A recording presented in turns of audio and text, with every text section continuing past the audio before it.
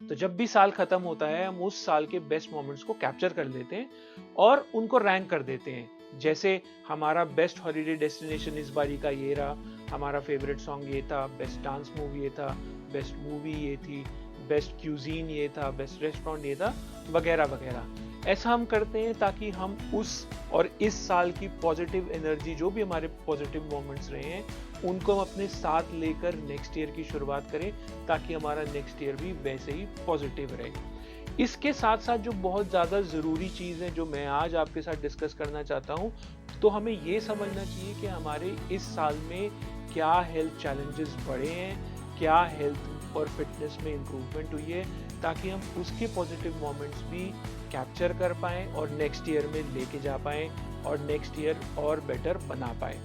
तो आज हम सबसे पहले डिस्कस करते हैं कि हमारे इस साल में क्या हेल्थ चैलेंजेस रहे हैं इंडिया के और हमें उन पर कैसे काम करना चाहिए। सबसे पहले चैलेंज की अगर मैं बात करूं तो वो है कार्डियोवैस्कुलर डिजीज, जिसको हम शॉर्ट फॉर्म में CVD भी बोलते हैं और हमारी लेमन लैंग्वेज में हम उसको हार्ट डिजीज बोल देते हैं, हार्ट स्ट्रोक बोल देते हैं, हार्ट फेलियर बोल देते हैं। क्या आप जानते हैं कि CVD यानी cardiovascular disease is the number 1 cause of death around the world.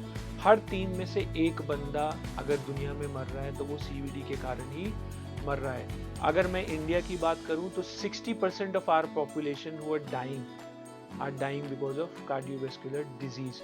But अगर मैं इसको ग्लोब से कंपेयर करूं कि पूरे ग्लोब में कितने लोग अराउंड द वर्ल्ड मर रहे हैं, तो 26% of those people are dying from India and they dying because of cardiovascular disease. कुछ कारणों की भी बात कर लें तो 15% पॉपुलेशन इंडिया की जो मर रही है वो तंबाकू के कारण मर रही है, क्योंकि ये स्मोक करते हैं। आपको पता है an average of 4.3 litre pure alcohol is consumed पर person per year in India, and just over 21% have hypertension which can increase risk of heart and heart failure।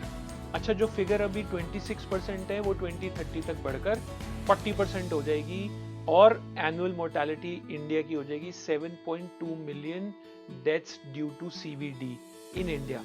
क्या क्या रिस्क फैक्टर हैं? हाइपरटेंशन है, डायबिटीज है, smoking और alcohol है, क्योंकि इस समय इतनी इजीली ये चीज़ें मार्केट में अवेलेबल हो जाती हैं। लैक ऑफ फिजिकल एक्टिविटी है, क्योंकि हम सब लोग अब आराम परस्त हो गए, कोई भी काम करना ही नहीं चाहता, गाड़ी में बैठे एक जगह से दूसरी जगह पहुंच गए, वापस आ गए, कोई फिजिकल एक्टिविटी नहीं है। इसके अलावा स्ट्रेस और मेंटल हेल्थ भी कंट्रीब्यूट करती है आपकी CVDs के लिए, कार्डियोवैस्कुलर डिजीजेस के लिए। नंबर 2 चैलेंज की अगर मैं बात करूं तो वो है डायबिटीज।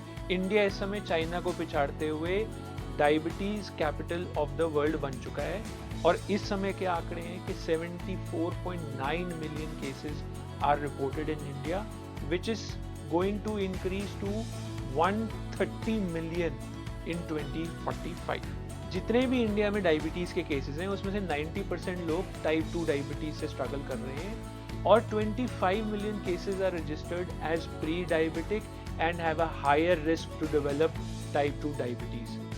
डायबिटीज की कॉम्प्लिकेशंस कई हैं, but major ones are heart attack, strokes, kidney failure और ब्लाइंडनेस।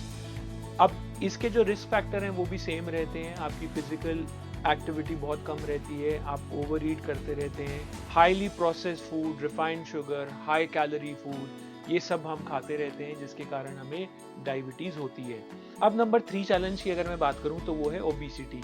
इंडिया इस समय ग्लोबल रैंक में नंबर 3 पे आता है, followed by US and China, और अप्रॉक्सीमेटली 8 करोड़ इंडियन इस समय ओबीस हैं, जिसमें 1 करोड़ जो जनता है वो 5 से 19 की एज की ब्रैकेट में फॉल करते हैं। अच्छा, कैसे क्लासिफाई करते हैं कि कोई ओबीस है? अगर आपका BMI 25 kg से ऊपर है तो आप ओबीस की कैटेगरी में आ जाते हैं। एक और फैक्ट मैं आपको बताता हूँ कि 30% of North Indians are more prone to develop obesity than rest of the country. Obesity भी सेम प्रिंसिपल्स पर ही चलती है, जिसमें lack of physical activity and wrong eating choices.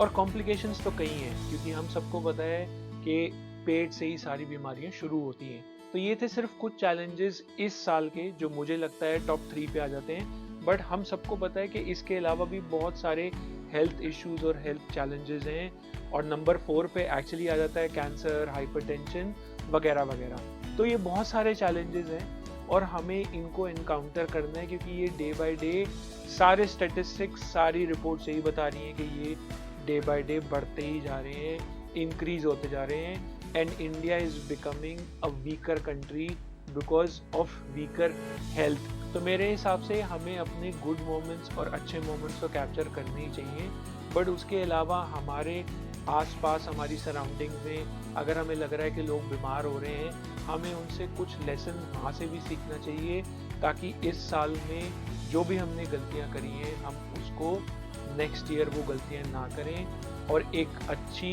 Health और एक अच्छी फिटनेस से अपने नए साल 2025 की शुरुआत करें।